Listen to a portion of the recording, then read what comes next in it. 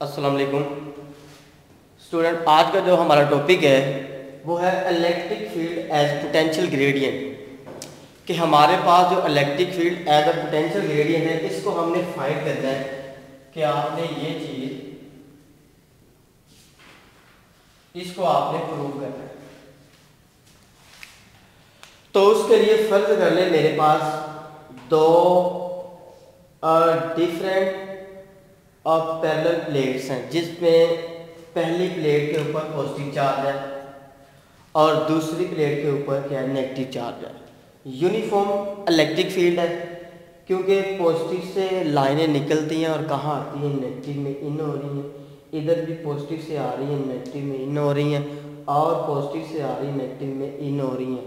तो इधर भी हमारे पास 1 2 3 4 5, इधर भी हमारे पास क्या है, इधर भी हमारे पास 4 है, इधर भी हमारे पास 4 चार्ज है। इसका मतलब है यहाँ पे हमारे पास जो यूनिफॉर्म इलेक्ट्रिक फील्ड है। अब हमने क्या किया है, इस यूनिफॉर्म इलेक्ट्रिक फील्ड के इन साइड पे मैंने एक स्मॉल सा पॉजिटिव चार्ज रख दिया है। अब क्या होगा, जैसे आप यहाँ पे पॉजिटिव चार्ज रखेंगे, ये वाली पॉजिटिव चार्ज की प्लेट इस पॉजिटिव चार्ज क्या करेगी, रिपेल करेगी, तो आपका चार्ज का होगा थोड़ा सा नीचे आ जाएगा। अब मैंने क्या करना है, इस चार्ज को जो नीचे है इसको मैंने ऊपर लेके जाना है। तो मुझे क्या करना पड़ेगा, इलेक्ट्रिक फील्ड के अगेंस्ट वर्क करना पड़ेगा। और वर्क मैं तब करूँगा जब मैं इस चार्ज के ऊपर फोर्स लगाऊंगा ताकि ये क्या करे, यहाँ से थोड़ा क्या हो, ऊपर चला जाए। जब ये थोड़ा ऊपर चला जाएगा तो फिर वहाँ जाके क्या होगा, पहले वाली जगह पे स्टे कर देगा। इसका मतलब है कि मैंने इलेक्ट्रिक फील्ड के क्या किया है, अगेंस्ट वर्क किया है। और जब वर्क क्या होता है, जब आप किसी भी बॉडी के ऊपर फोर्स लगाते हैं तो वो बॉडी क्या करे, फोर्स की डायरेक्शन में कुछ ना कुछ फासला तय करे। तो इधर हमने चार्ज के ऊपर फोर्स लगाई है तो इसका वेट नीचे है। जब आपने फोर्स लगाई तो बॉडी ने, इस चार्ज ने क्या किया, ऊपर की तरफ कुछ ना कुछ वर्क किया। ये इसका वेट है। तो अगर आप फार्मूला लिखें, W = Q डेल्टा V होता है। देखिए, अगर कोई पार्टिकल, अगर कोई भी चीज़ ज़मीन पे पड़ी हुई है तो ज़मीन पे हमारे पास बॉडी की काइनेटिक एनर्जी मैक्सिमम होती है। अगर कोई बॉडी ज़मीन पे है तो ज़मीन पे हमारे पास बॉडी की काइनेटिक एनर्जी क्या होती है, मैक्सिमम होती है। अगर आप इसको किसी हाइट h पे ले जाएं तो हमारे पास बॉडी की पोटेंशियल एनर्जी मैक्सिमम और काइनेटिक एनर्जी क्या होगी, 0 होगी। इसका मतलब है यहाँ पे पोटेंशियल A है जो आपके पास प्लेट 1 है और ये पोटेंशियल B है प्लेट 2। यहाँ पे आपके पास पोटेंशियल 0 होगा, जब यहाँ पे जाएगा पोटेंशियल क्या होगा, मैक्सिमम होगा। तो हमने चेंज इन पोटेंशियल लिखना है क्योंकि हमारे पास चार्ज ने क्या किया है, पहले नीचे से ऊपर है, फिर क्या हुआ, नीचे से, पहले ऊपर से नीचे है, फिर अब क्या होगा, नीचे से ऊपर जाएगा। इसका मतलब है उसका पोटेंशियल क्या होगा, चेंज होगा। तो मैं लिख सकता हूँ W = Q delta V। W वो वर्क है जब आपने इस चार्ज के ऊपर फोर्स लगाए और उसने फोर्स की डायरेक्शन में क्या किया, कुछ ना कुछ फासला तय किया। और Q वो चार्ज है जिसके ऊपर क्या है, F फोर्स अमल की है। और डेल्टा V क्या है, वो पोटेंशियल है जब आपने फोर्स लगाई है तो पार्टिकल अप एंड डाउन क्या किया है, मूव किया, तो उसका पोटेंशियल क्या होगा, चेंज होगा। तो नेक्स्ट हम बात करेंगे, हमारे पास जो फार्मूला होता है, हमारे पास जो वर्क का फार्मूला होता है, अगर आप इधर से भी बात करते हैं, ये Q मल्टीप्लाई इधर आके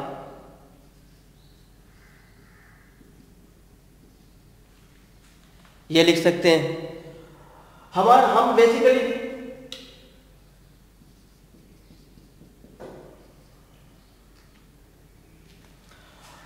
यहां से बात करते हैं कि हमारे पास जो वर्क का फार्मूला होता है वो होता है W = F.T। ऐसा करें, इसकी वैल्यू यहां पुट करते हैं। Q आप बड़ा भी लिख सकते हैं, छोटा भी लिख सकते हैं, आपकी मर्जी है। और अब क्या होगा, इसको आप लिख सकते हैं FD cos theta.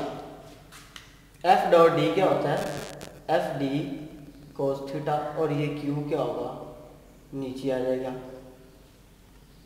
Delta V साथ। अब क्या होगा, अगर आप यहाँ पे आए तो आपके पास आप इलेक्ट्रिक फील्ड के अगेंस्ट मूव कर रहे हैं। इस चार्ज पार्टिकल का वेट किधर है, नीचे, तो फोर्स और वेट के दरमियान एंगल कितना है, 180, क्योंकि फोर्स ऊपर है और इस चार्ज का जो वेट है वो किधर है, नीचे मूव कर रहा है, तो लिहाजा एंगल कितना 180। और आप क्या करेंगे, यहाँ cos 180 की वैल्यू पुट कर दें, और cos 180 हमारे पास होता है, cos 180 हमारे पास होता है -1, इधर लिख लेते हैं।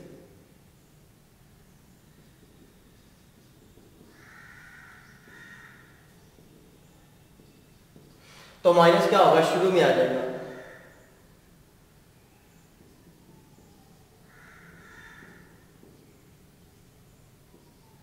अब जो मेरे पास इलेक्ट्रिक फोर्स होती है उसका फार्मूला होता है Q नॉट E। इस स्मॉल q को आप कैपिटल Q भी लिख सकते हैं, आपकी मर्जी है। ऐसा करेंगे, इसकी वैल्यू आप इस F की जगह पे पुट कर दें।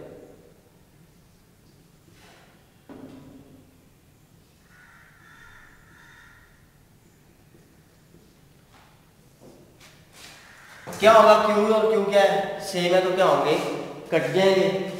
मजीद हमारे पास EB is equal to delta V। अब मेरे पास क्या होगा, ये D मल्टीप्लाई इधर आगे क्या होगा, डिवाइड होगा, और साथ माइनस भी आप लिखेंगे जो यहाँ पे आएगा।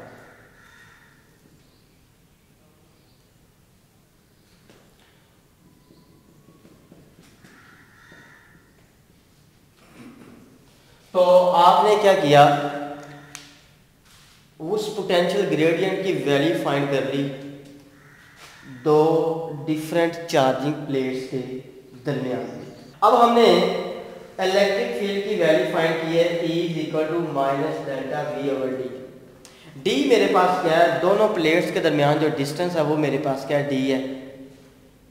तो वो R भी आप यूज कर सकते हैं, D भी यूज कर सकते हैं, आपकी मर्जी है। आप D भी यूज कर सकते हैं, R भी यूज कर सकते हैं, S भी यूज कर सकते हैं, H भी कर सकते हैं।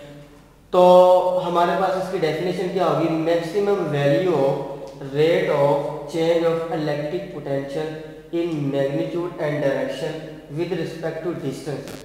कि जो हमारे पास ये जो रेट ऑफ चेंज है, हमारे पास ये जो रेट ऑफ चेंज है इलेक्ट्रिक पोटेंशियल इस V का, और साथ इसकी मैग्नीट्यूड और डायरेक्शन, और साथ में जो प्लेट्स के दरमियान जो डिस्टेंस है उसका, उसे हम क्या बोलते हैं, पोटेंशियल ग्रेडियंट।